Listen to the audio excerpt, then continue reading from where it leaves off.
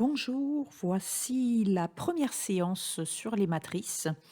Nous allons aujourd'hui calculer quelques additions, multiplications de matrices. Mais avant de commencer, à quoi servent les matrices? Dans quel domaine les retrouve-t-on? Eh bien, voici ici une liste non exhaustive d'applications matricielles. Alors, par exemple, en mathématiques, on va pouvoir, grâce aux matrices, faciliter la résolution d'un système d'équations linéaires. Ce système ici, nous le résolverons à la page 21 du polycopier. Donc vous remarquez qu'il y a en fait 6 équations et 6 inconnues, x, y, z, u, v.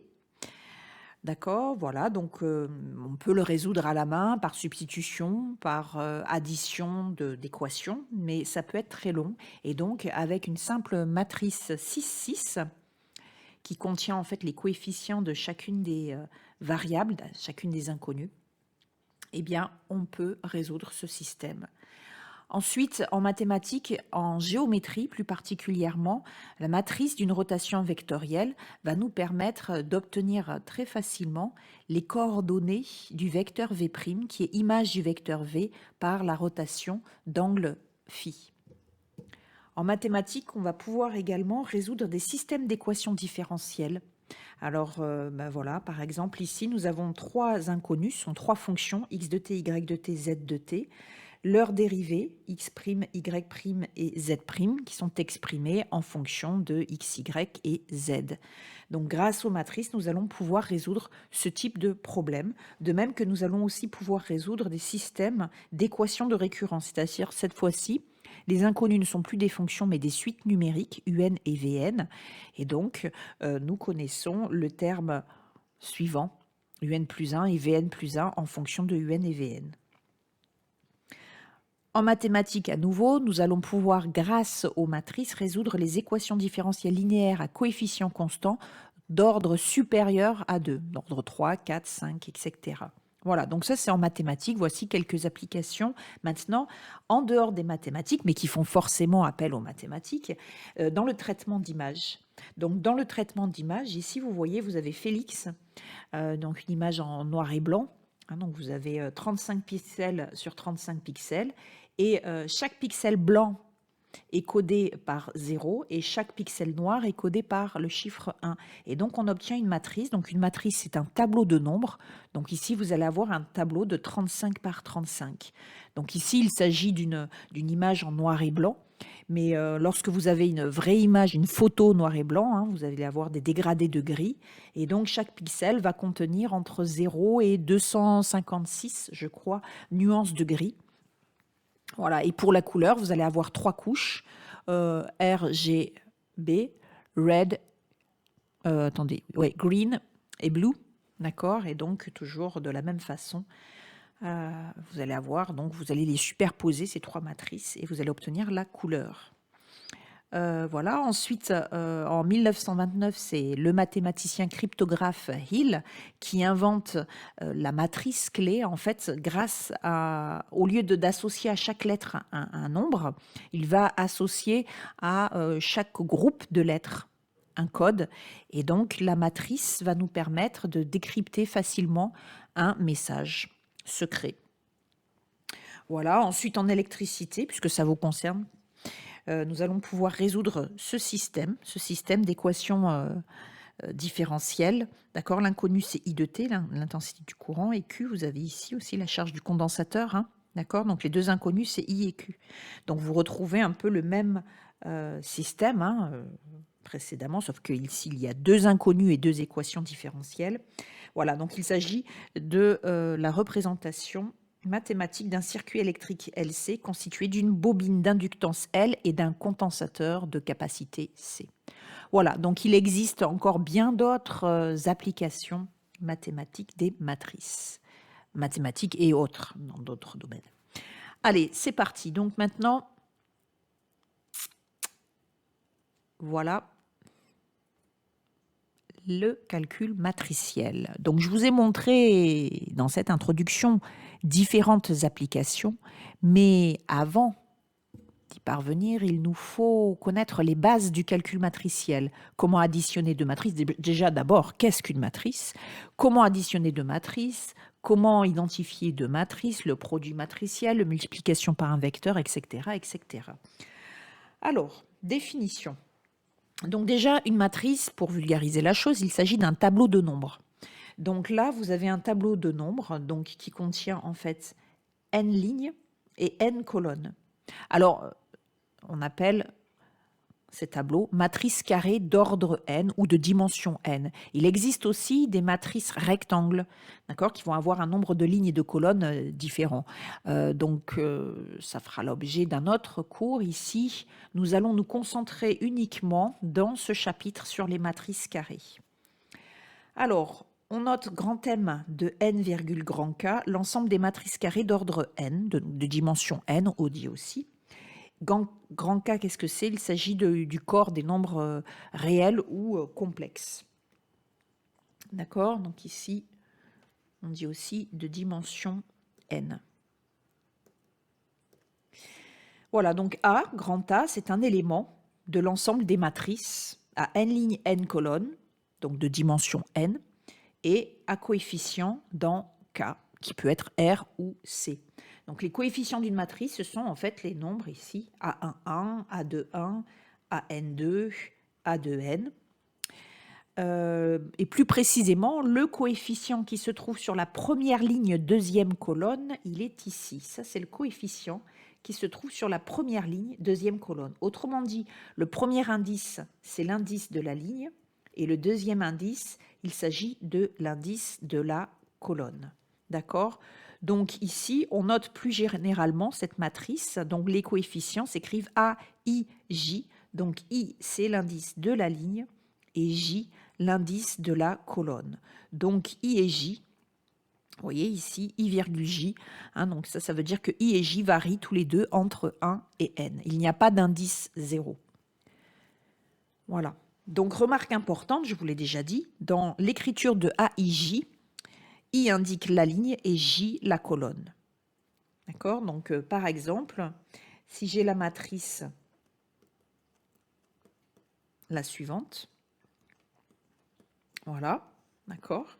Eh bien, cette matrice appartient à l'ensemble des matrices d'ordre n ou de dimension n, à coefficient réel, je pourrais dire aussi complexe, bien sûr, et le coefficient qui se trouve à la deuxième ligne, troisième colonne, donc deuxième ligne, troisième colonne, eh bien, c'est 1.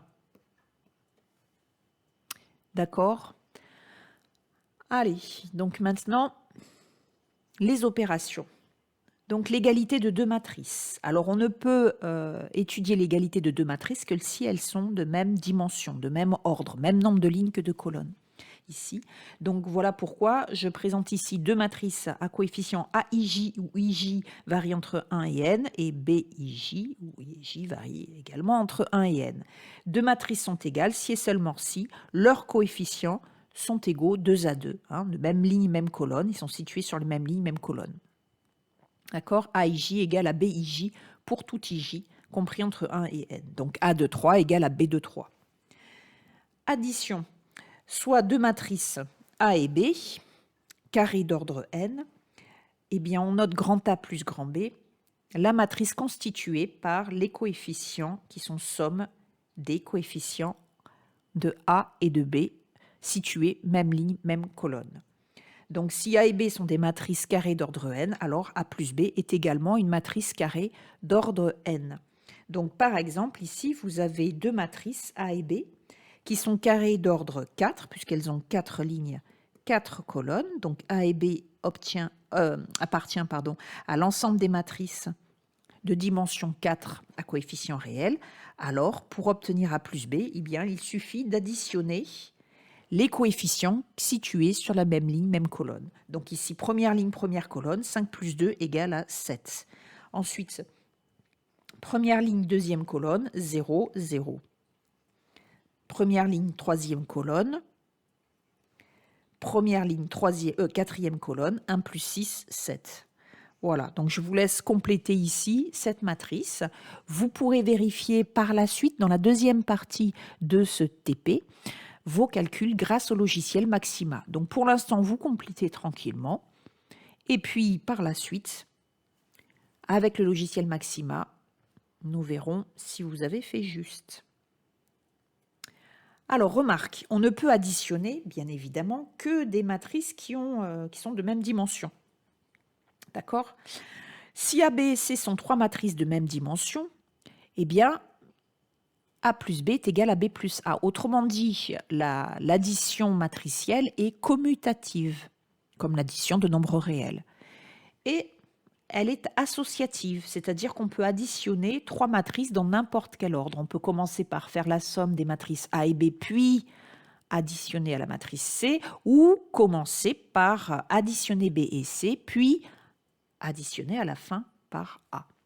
Si on note 0, la matrice ne contenant que des zéros de même dimension que A, d'accord? Donc si la matrice A est de n ligne n colonne, la matrice nulle ici va être à n ligne n colonne. À ce moment-là, la somme de ces deux matrices est égale à A. Et de même qu'on note moins A, l'opposé de la matrice A, elle va être constituée par la matrice contenant l'opposé des coefficients de la matrice A, située au même endroit, même ligne I, même colonne J. Ainsi, la somme de A et de son matrice opposée donne la matrice nulle. Donc tout ça ne nous étonne pas bien beaucoup, puisque chez les réels, on a la même chose. Bien, allez, je continue. Donc maintenant, nous allons multiplier une matrice par un nombre réel ou complexe. Alors, je parle de scalaire ici, un scalaire réel ou complexe, puisque dans ce chapitre, nous avons plusieurs ensembles d'objets mathématiques. Nous avons l'ensemble des matrices et l'ensemble des nombres. Et bien, pour bien différencier les deux ensembles, les deux éléments, de chacun de ces deux ensembles, eh bien, nous allons noter avec une lettre majuscule les matrices et avec une lettre minuscule grecque les nombres. Comme ça, il n'y a pas d'ambiguïté. Donc ici, quand on écrit lambda fois grand A, il ne s'agit pas du produit de deux matrices ou du produit de deux nombres, il s'agit d'une matrice multipliée par un nombre lambda. Donc en fait, eh bien, c'est pas compliqué. En fait, pour obtenir les coefficients de cette matrice lambda A, il suffit de multiplier chaque coefficient de la matrice A par lambda. Nous obtenons ainsi une matrice qui a les mêmes dimensions, n ligne, n colonne, que la matrice A. Alors, par exemple, eh bien ici, je vous propose de travailler avec une matrice, tiens, pour une fois, qui a ses coefficients dans l'ensemble des nombres complexes. Donc, grand A ici appartient à l'ensemble des matrices à 3 lignes, 3 colonnes et à coefficients, évidemment, complexes. D'accord? Donc, que se passe-t-il quand on multiplie cette matrice par un nombre J, par le nombre J? Eh bien, à ce moment-là, nous allons obtenir la matrice à 3 lignes, 3 colonnes, qui est constituée par les coefficients qui sont tous multipliés par J. Voilà, tout simplement. Je vous laisse continuer, compléter, et puis après, vous verrez avec Maxima si vous avez fait juste ou pas. Alors, on remarque, attention, attention, l'écriture A fois lambda n'existe pas, d'accord? Donc, on place toujours le nombre réel avant la matrice. Si lambda et mu sont deux scalaires de R ou de C, grand A et grand B, deux matrices de même dimension à coefficient dans K, alors ici, on va pouvoir distribuer le nombre lambda à cette somme de matrices. D'accord? De même ici que nous allons pouvoir distribuer la matrice grand A à cette somme de nombres. Voilà, et lambda fois mu fois A, nous avons ici la possibilité de calculer d'abord lambda mu, puis de multiplier par grand A. Et si on multiplie la matrice grand A par le nombre 0, nous obtenons la matrice nulle.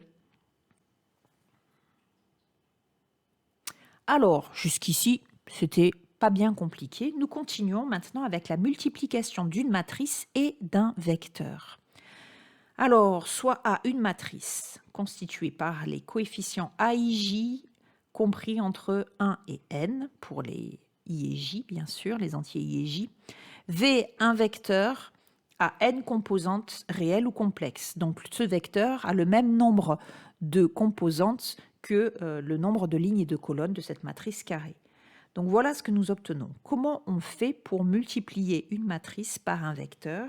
Eh bien, je vais vous le montrer schématiquement. En fait, on va multiplier ici pour avoir...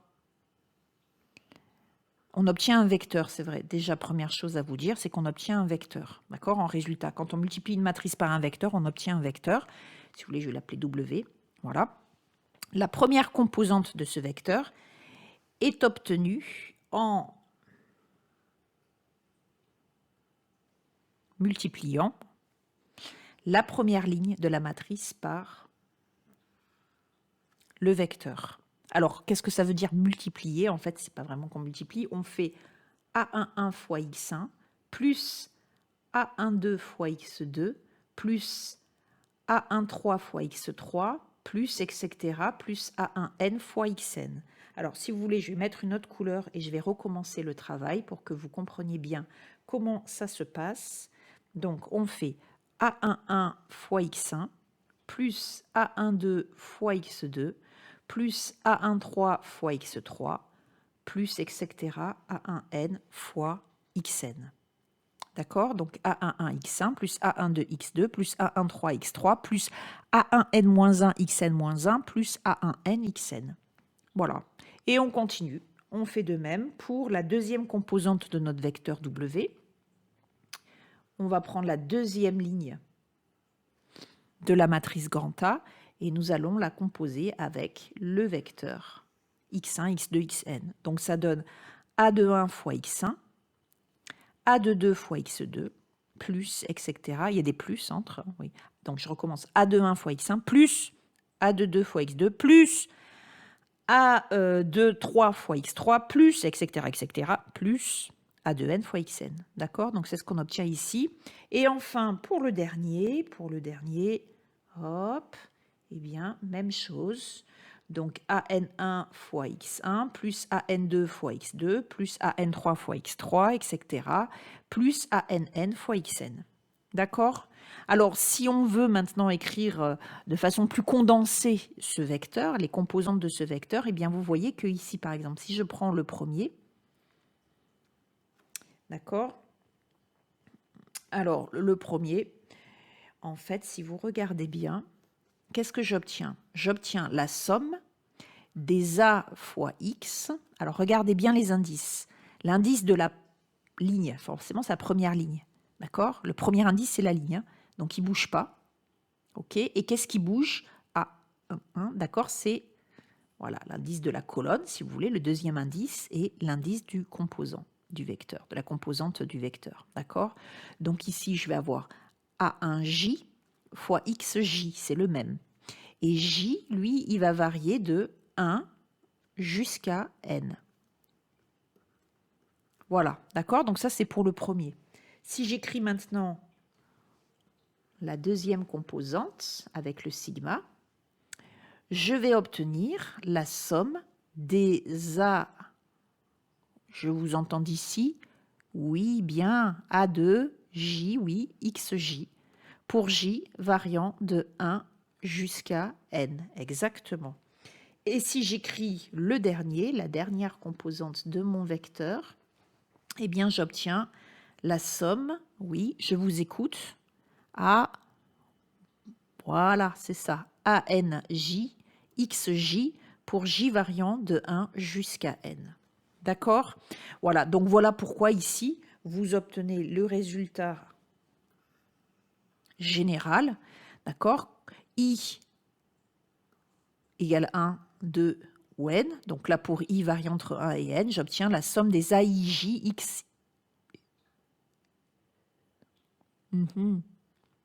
AIJ XJ. Une erreur. Voilà, voilà. D'accord? Pour J variant de 1 jusqu'à n. Alors maintenant, un exemple. Un exemple, eh bien, nous allons calculer, vous allez calculer le produit de la matrice A par le vecteur V.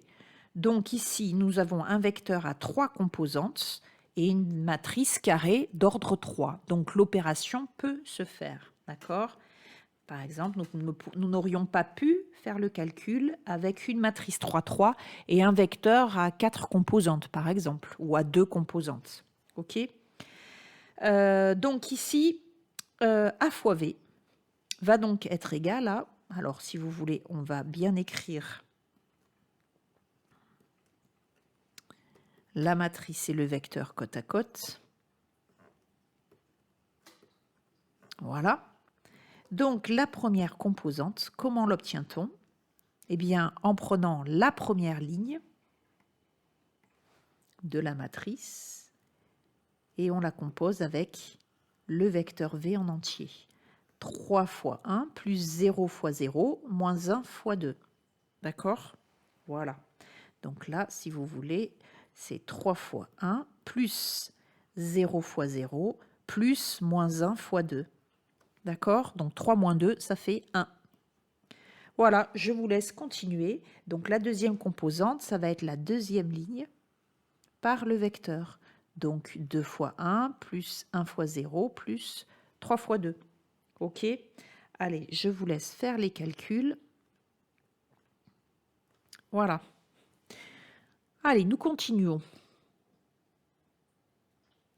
Alors, remarque, évidemment, on ne peut faire le produit d'une matrice et d'un vecteur que si le nombre de composantes du vecteur est égal à l'ordre de la matrice ou à la dimension de la matrice. V fois A est impossible. Il est impossible de faire le produit d'un vecteur à gauche par une matrice à droite. Alors, une première application géométrique, j'en ai parlé dans l'introduction de cette vidéo.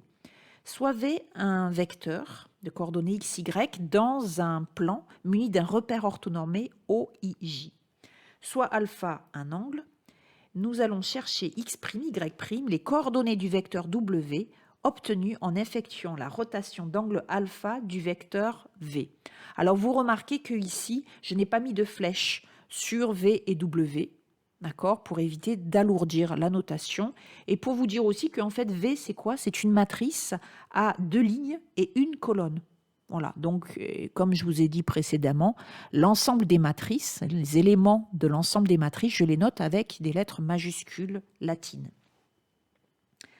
Alors, voilà donc le problème.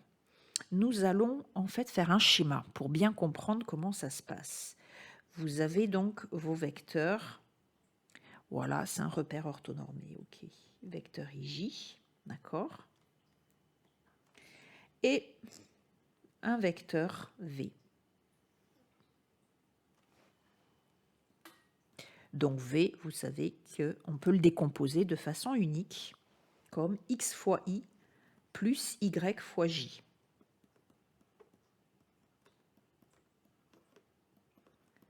D'accord? Alors maintenant, votre travail, c'est quoi?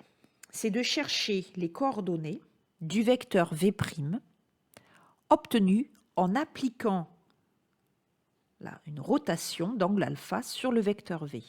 Donc déjà, hop, on va faire un schéma. Donc vous avez le cercle de centre O ici, si vous avez le point O, et de rayon, la norme du vecteur V. Voilà V' qui est égal à x'I plus y'J. OK? Donc l'angle alpha se trouve voilà, ici. OK? Alors, comment faire pour trouver l'expression de x' et de y' en fonction de x et de y? Si j'appelle θ l'angle IV, d'accord, dans ce triangle rectangle ici,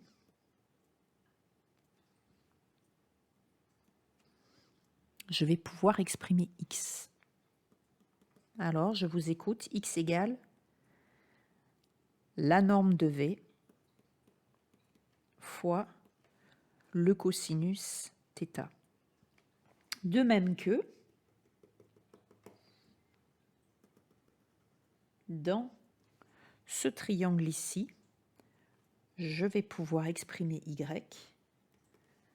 qui va être égal à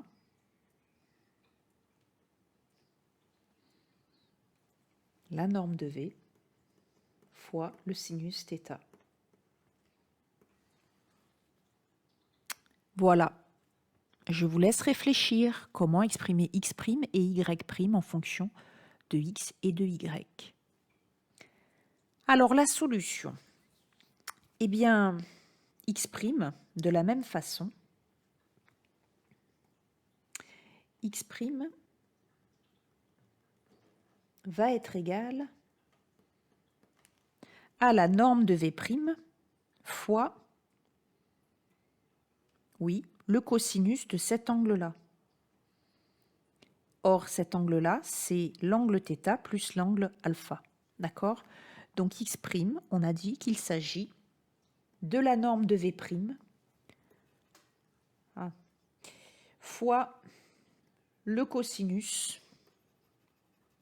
de θ plus alpha. Mais la norme de V', c'est égal à la norme de V par définition d'une rotation. Donc voilà ce que nous obtenons. De même que y',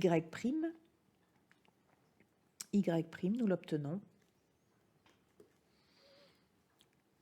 de la même façon. Je vous écoute. Oui, je vous entends d'ici. C'est la norme de V fois le sinus de alpha plus θ. Allez, mettez sur pause et maintenant, je pense que vous devriez pouvoir y arriver.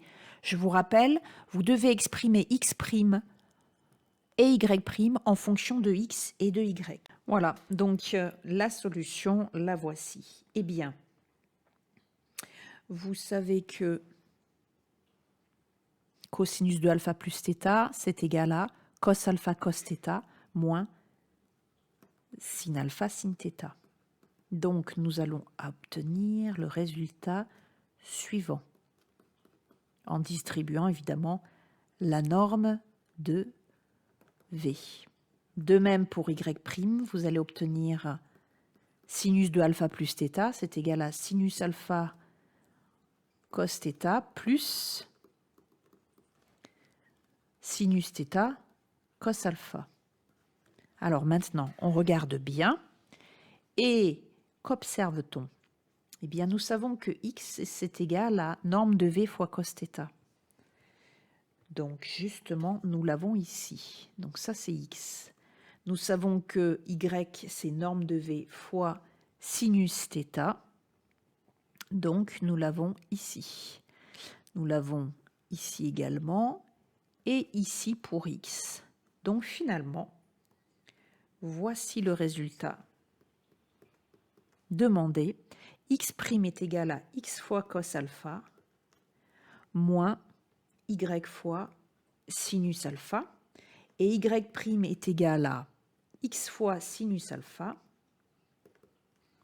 plus y fois cos alpha. Eh bien, ce résultat, nous allons l'utiliser, nous allons l'écrire, matriciellement. C'est-à-dire, eh bien, nous allons avoir ici les coordonnées du vecteur V', et ici, les coordonnées du vecteur V. Alors, je vous laisse compléter la matrice de 2, ici, par laquelle nous allons multiplier les composantes du vecteur V pour obtenir les composantes du vecteur V', qui est l'image de la rotation de V d'angle alpha. Alors, oui. Donc ici, vous savez que pour obtenir x', on va faire ce nombre, première ligne, première colonne, fois x, plus ce nombre fois y. Donc ce nombre fois x, eh bien c'est cos alpha, plus ce nombre fois y, eh bien c'est moins sinus alpha. Je vous laisse mettre sur pause pour remplir la deuxième ligne. Eh bien, ce nombre fois x plus ce nombre fois y, ça vous donne y', c'est-à-dire ce nombre fois x, c'est sinus alpha, et plus ce nombre fois y, c'est cos alpha. Voilà, donc vous avez ici obtenu la matrice de la rotation vectorielle d'angle alpha.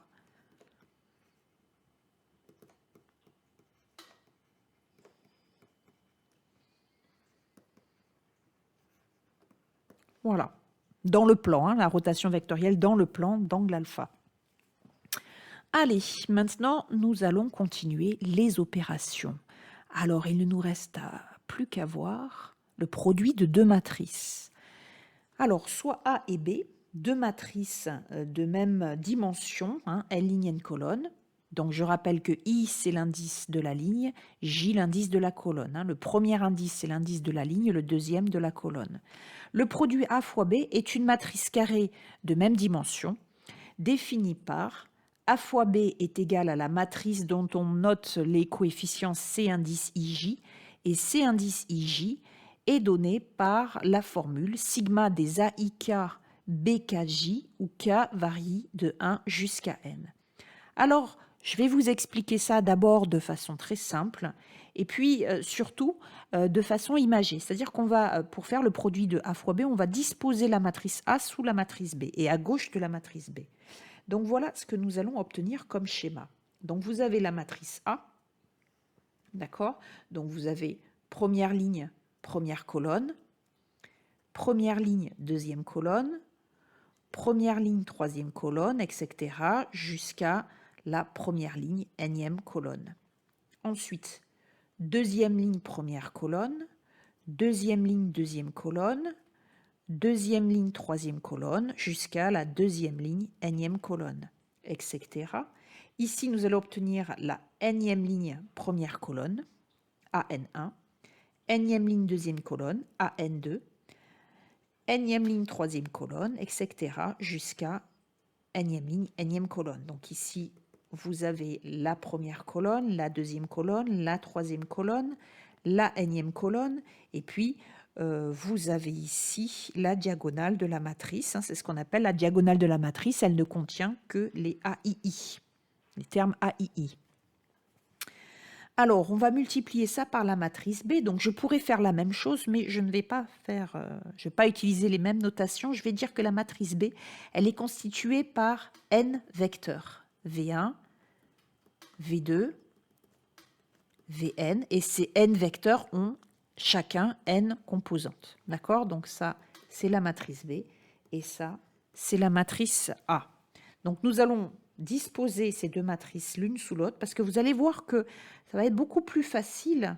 Ça va vous permettre d'imager un peu le calcul du produit de deux matrices. Alors, cette matrice A fois B, elle est de dimension n, c'est-à-dire elle a n lignes et n colonnes. La première colonne de cette matrice va être obtenue en faisant le produit de la matrice A par le vecteur V1 de la matrice B. D'accord? Alors, autrement dit, quand vous allez calculer la première composante du vecteur A fois V1, vous allez prendre la première ligne de la matrice et vous allez la composer, la multiplier, si vous voulez, avec le premier vecteur de la matrice B. Ce qui va donner A11 fois la première composante du vecteur V1, plus A12 fois la deuxième composante du vecteur V1, plus A13 fois la troisième composante du vecteur V1, etc., jusqu'à A1n fois la énième composante du vecteur V1. J'ai mis un peu en accéléré. Voilà, d'accord? Donc, vous obtenez comme ça la première composante. Donc, la première composante s'obtient en faisant la première ligne par la première colonne. La deuxième composante, c'est bien, je vais prendre cette fois-ci la deuxième ligne de la matrice, A21 fois plus A22 fois la deuxième composante, etc., jusqu'à A2n fois la dernière composante. Voilà, donc vous comprenez maintenant pourquoi on positionne ainsi les matrices A et B, parce que visuellement, voilà, c'est plus facile à comprendre, et puis on risque moins les erreurs de calcul. Alors maintenant, je vais continuer. Donc pour obtenir la deuxième colonne de la matrice produit, je vais multiplier la matrice A par le vecteur V2. Donc j'obtiens ici la deuxième colonne. etc. Et pour la dernière colonne, eh bien, je fais le produit de la matrice A par le vecteur Vn. Voilà. D'accord? Donc voilà, pour vous expliquer un petit peu le produit matriciel. Alors maintenant, quid de cette formule ici? Eh bien, je vais vous l'expliquer sur la diapositive suivante. Alors, vous avez votre matrice A, d'accord? Donc, les coefficients sont notés A, I, K ici, d'accord? Là, nous sommes à la quatrième colonne. Le premier indice, c'est la ligne, je vous rappelle. Donc, ici, la première ligne, les premiers indices sont tous égaux à 1. Ici, la ième ligne, les premiers indices sont tous égaux à I. La kème colonne, les deuxièmes indices sont tous égaux à K. Voilà. Et donc là, vous avez la matrice B, voilà, construite de la même façon.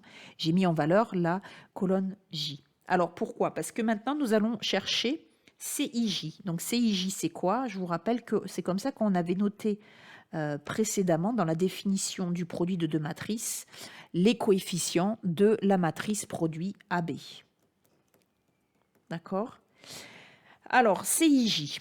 Eh bien, en fait, pour obtenir CIJ, je fais quoi? Je vais faire AI1 fois B1J plus AI2 fois B2J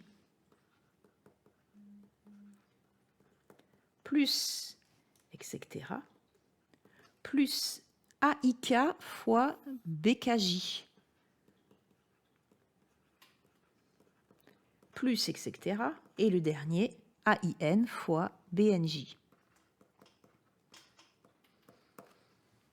Donc finalement, la formule que j'obtiens avec les sigmas, ça va donner CIJ égale à la somme des A. Alors regardez bien ici, qu'est-ce qui varie? Tout sauf I et J, on est d'accord, puisque c'est l'indice, les indices de notre coefficient CIJ. Donc on va garder le I ici et le J ici. Et en fait, ce qui va varier, c'est au milieu, là, d'accord? Et à chaque fois, il reste constant. Donc en fait, il reste le même d'une valeur A à B. Donc ici, je vais l'appeler K. D'accord? Ici, j'ai le terme général de la somme, c'est ce qu'on appelle le terme général de la somme, et K varie de 1 jusqu'à N. Voilà. Donc voilà d'où vient la formule précédente. D'accord? Voilà, la somme des AIK fois BKJ pour K variant de 1 jusqu'à N. Alors maintenant, nous allons faire une application numérique du calcul du produit. Alors, vous allez calculer A fois B et B fois A. Donc, on va commencer ensemble par A fois B. Donc, nous allons positionner notre matrice A.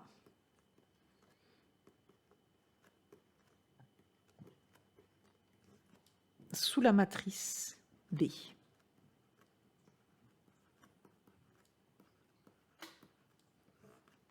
Et c'est parti.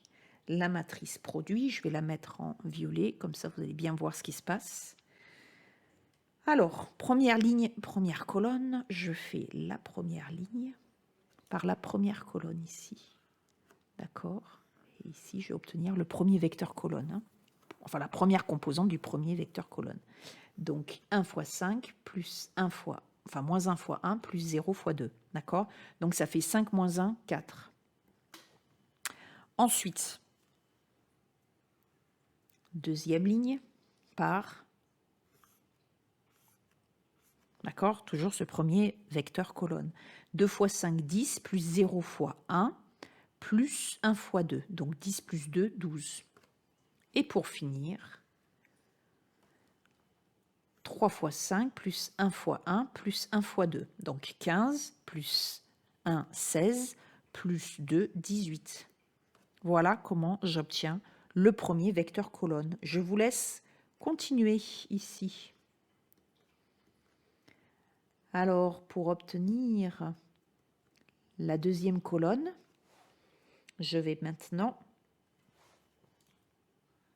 faire le produit de la matrice par le deuxième vecteur. Donc, ça va donner 1 fois 3 moins 1 fois 0, plus 0 fois moins 1. Et ça va être la première composante. Donc 3 plus 0 plus 0, donc 3. Ensuite, deuxième composante, je vais prendre la deuxième ligne de la matrice A. 2 fois 3, 6, plus 0, moins 1. D'accord? Donc 6 moins 1, 5. Et enfin, la dernière composante, 3 fois 3, 9, plus 0, moins 1, 8. Voilà, j'obtiens mon deuxième vecteur colonne. D'accord? Allez, je vous laisse calculer la fin. Donc cette fois-ci, je vais maintenant multiplier la matrice A par ce vecteur, ce dernier vecteur colonne. Donc ça fait 1 fois 1, moins 2, plus 0. Donc ça fait moins 1. Ensuite, 2, plus 0, plus 1, 3. 3, plus 2, plus 1, 6. Voilà.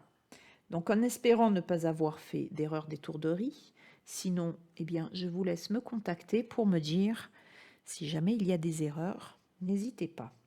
Voilà, donc j'obtiens ici A fois B. Alors maintenant, nous allons calculer B fois A. Donc toujours pareil, B fois A, nous positionnons la matrice B légèrement en dessous de la matrice A.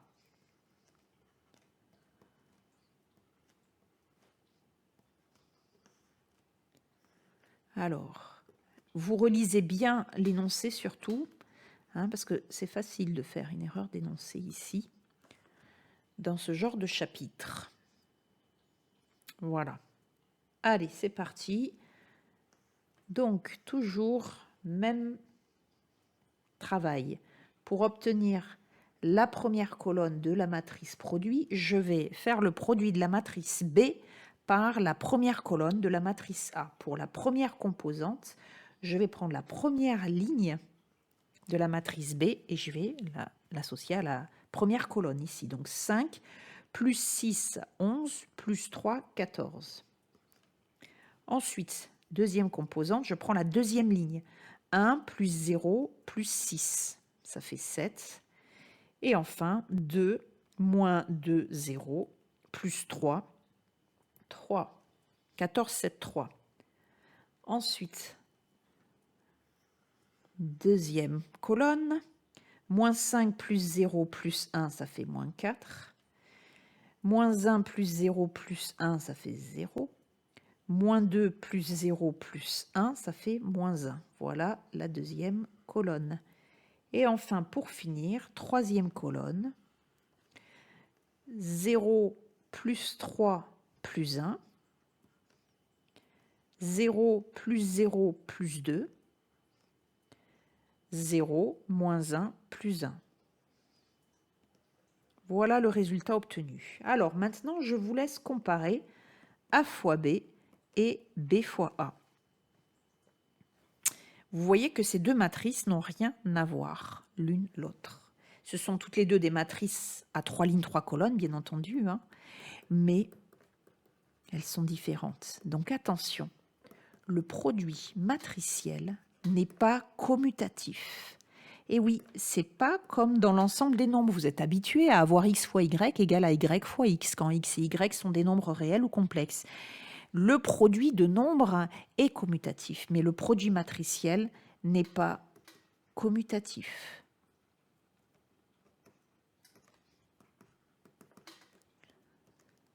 Voilà. D'accord à retenir. A fois B est différent, pardon, je vais laisser égal moi, est différent de B fois A. Alors, avant de passer à la suite, juste pour faire un commentaire sur ces calculs, donc vous voyez qu'on peut facilement se tromper. Imaginons que votre voisin ne trouve pas le même résultat que vous pour A fois B, par exemple. Lui, votre voisin, à la deuxième ligne, troisième colonne, il ne trouve pas le même résultat que vous. Comment faire pour vérifier? Vous n'allez pas refaire les calculs. Vous allez prendre la deuxième ligne de votre matrice A, si c'est pour ce calcul-là, bien sûr, et la troisième colonne de la matrice B, 2, 3, d'accord? Et vous allez calculer 2 fois 1 plus 0 fois 2 plus 1 fois 1. 2 fois 1 plus 0 fois 2 plus 1 fois 1. Et comme ça, vous allez rapidement trouver si c'est votre copain ou si c'est vous qui vous êtes trompé. Bon, bien sûr que c'est votre copain qui s'est trompé. Oh là là. Bien, allez, je passe à la suite. Alors, la suite, c'est quoi? Donc voilà, hein, en général, A fois B est différent de B fois A. Eh bien, il s'agit d'un exercice. On vous donne deux matrices A et B, deux matrices à 3 lignes, 3 colonnes. Alors, si vous remarquez bien, dans la matrice B, il y a deux inconnus X et Y. On vous dit que ce sont deux nombres réels. Pour quelle valeur de X et Y a-t-on A fois B est égal à B fois A? Et oui, en général, A fois B est différent de B fois A, mais il peut y avoir quelques cas particuliers où le produit A fois B est égal à B fois A. Alors, eh bien, c'est parti. Comment vous allez faire ça? Je vous laisse réfléchir. Mettre sur pause, puis sur play pour avoir la solution. Vous me montrez vos brouillons sur Discord. J'attends ça avec impatience.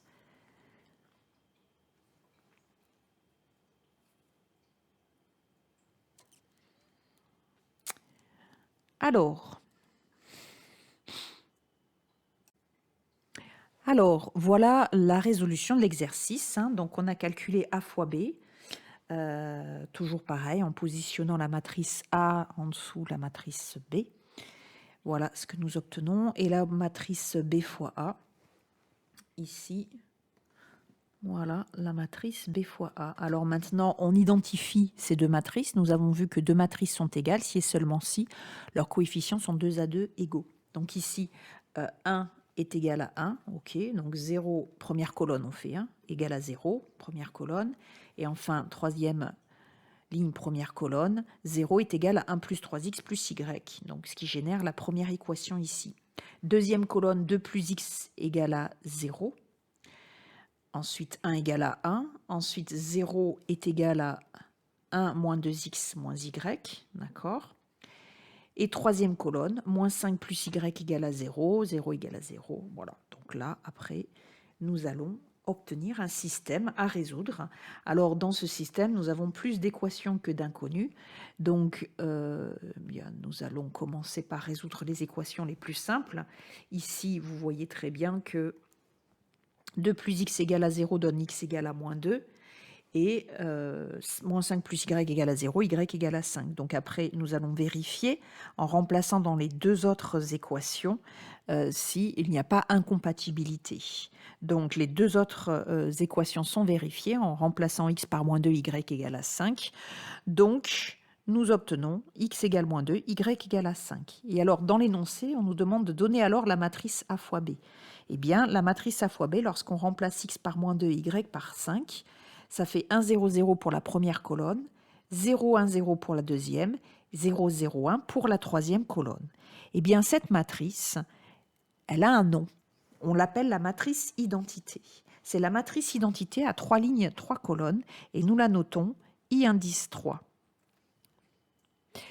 Alors, en fait, la matrice B, si je la recopie en remplaçant x et y par ces valeurs, donc on a dit moins 2 pour x et moins 5 pour y. Enfin, 5 pour y, donc... ah oui, non, attendez, je suis en train de faire une erreur de signe. Voilà, d'accord. Voilà, donc si on regarde maintenant les deux matrices, la matrice A et B, eh bien on dit que ces deux matrices sont inverses l'une de l'autre. Autrement dit, on dit que B, c'est égal à A puissance moins 1. Pourquoi? Eh bien parce que A fois B est égal à B fois A est égal à la matrice identité. Donc, vous vous rappelez que chez les nombres réels, x non nul a pour inverse 1 sur x, car x fois 1 sur x est égal à 1.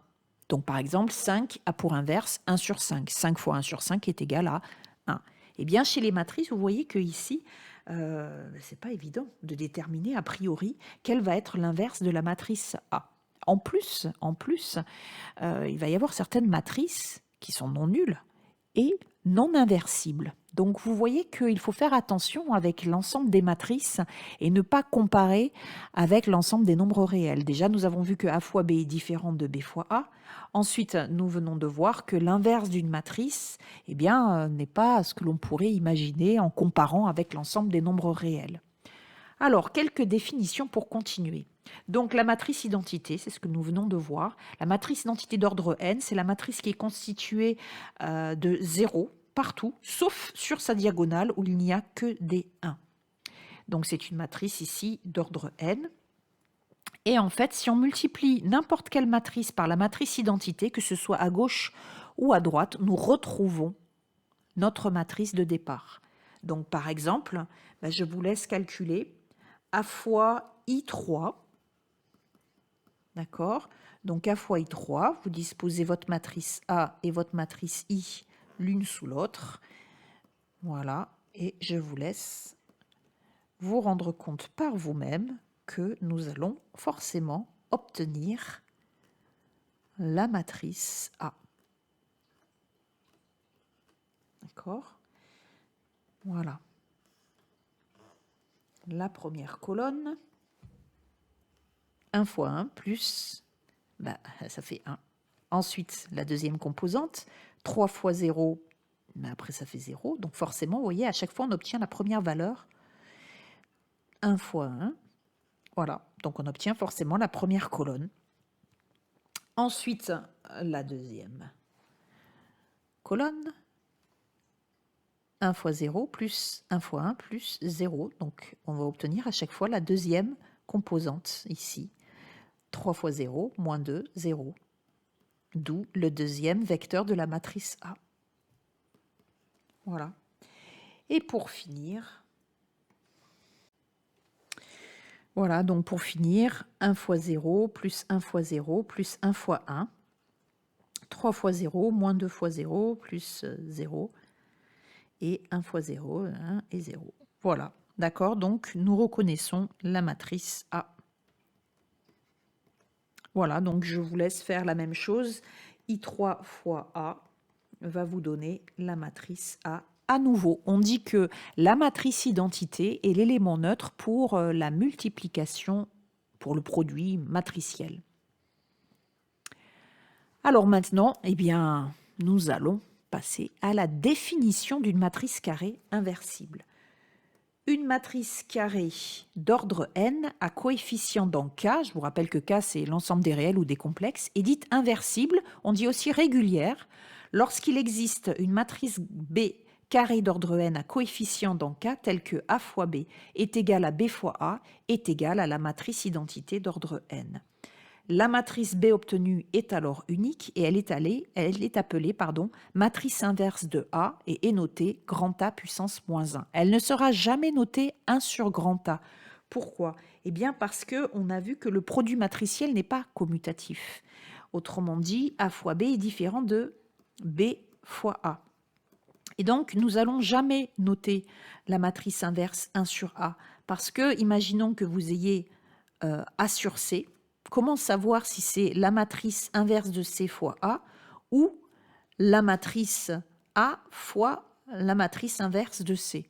Voilà pourquoi vous ne verrez jamais de notation sous forme de fraction avec les matrices. D'accord? Donc ça ne se verra jamais. Alors, exemple, soit une matrice d'ordre 2, calculez si c'est possible la matrice inverse de grand A. Alors, on va regarder à nouveau la définition. Une matrice carrée d'ordre n à coefficient dans K est dite inversible lorsqu'il existe une matrice B carrée de même ordre à coefficient dans K telle que A fois B est égal à B fois A est égal à la matrice identité d'ordre n.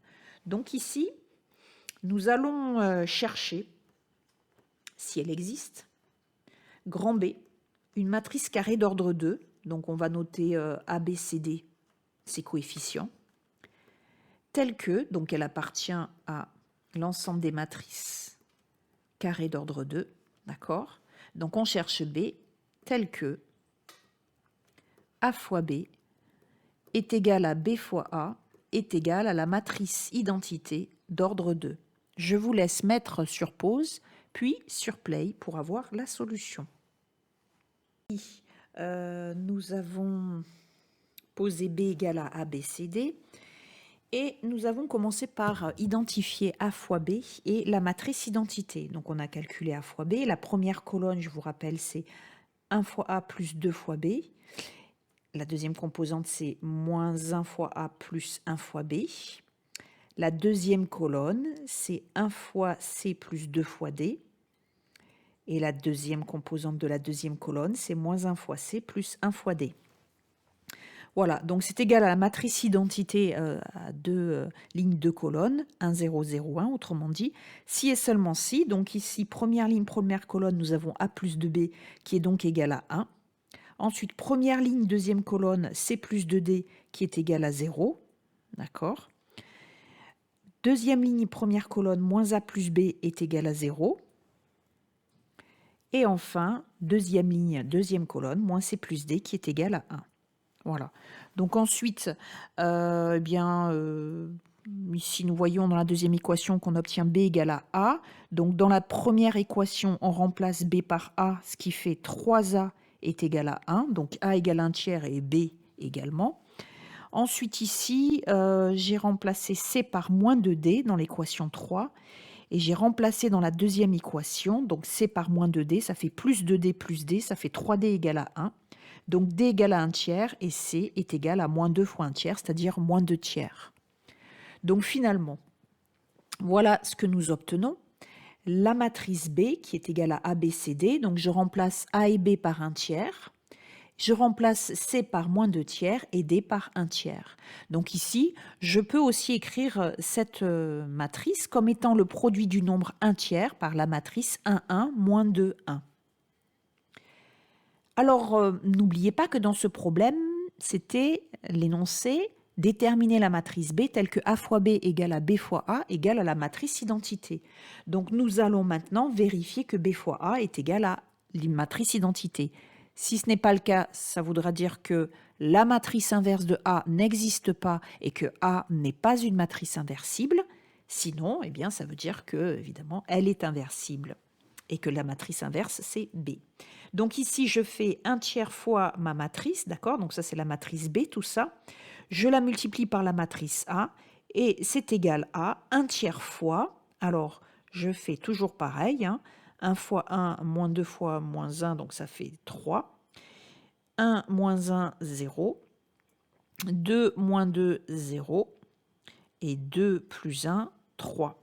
Et ensuite, je multiplie chaque coefficient de la matrice par 1 tiers, ce qui fait donc la matrice identité. Ça marche. Conclusion, la matrice A est inversible. Autrement dit, la matrice inverse de A existe. Et voici sa valeur. Alors maintenant, qu'allons-nous pouvoir faire avec cette matrice inverse ?